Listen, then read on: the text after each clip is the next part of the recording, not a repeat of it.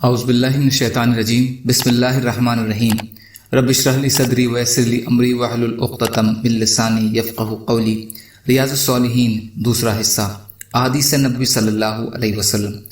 حضرت ابو مالک اشعری رضی اللہ تعالی عنہ سے روایت ہے کہ رسول اللہ صلی اللہ علیہ وسلم نے فرمایا، بین کرنے والی عورت اگر مرنے سے پہلے توبہ نہ کرے تو اسے قیامت کے دن اس طرح کھڑا کیا جائے گا کہ اس پر تارکول کا کرتا اور خارش کی ذرا ہوگی۔ مسلم شریف۔ فائدہ، اس سے معلوم ہوا کہ بین کرنا بڑے گناہ ہیں، جس سے توبہ نہ کی اور اللہ نے بھی معاف نہ کیا تو اسے خاص قسم کا عذاب ہوگا۔ حضرت اسید بن ابی اسید تابعی اس عورت سے روایت کرتے ہیں جو رسول اللہ صلی اللہ علیہ وسلم سے بیعت کرنے والی میں سے تھی۔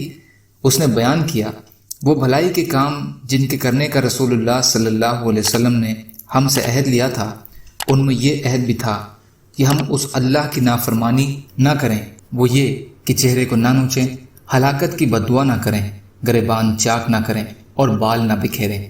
ابو داؤد حسن سند کے ساتھ۔ یہ سارے کام لا علمی کے ہیں جو مصیبت کے وقت اس دور کی عورتیں کرتی تھیں۔ مسلمان عورتوں کو ان تمام حرکتوں سے بچنا چاہیے۔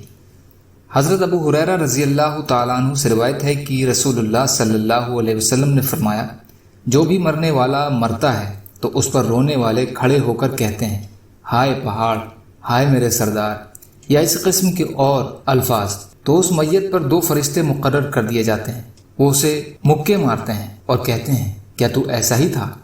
ترمذی۔ یہ حدیث حسن ہے۔ حضرت ابو ہریرہ رضی اللہ تعالیٰ عنہ سے روایت ہے کہ رسول اللہ صلی اللہ علیہ وسلم نے فرمایا، 2 چیزیں لوگوں میں ایسی ہیں جو ان کے حق میں کفر ہیں، نسب میں تانا زنی کرنا اور میت پر بین کرنا۔ مسلم شریف۔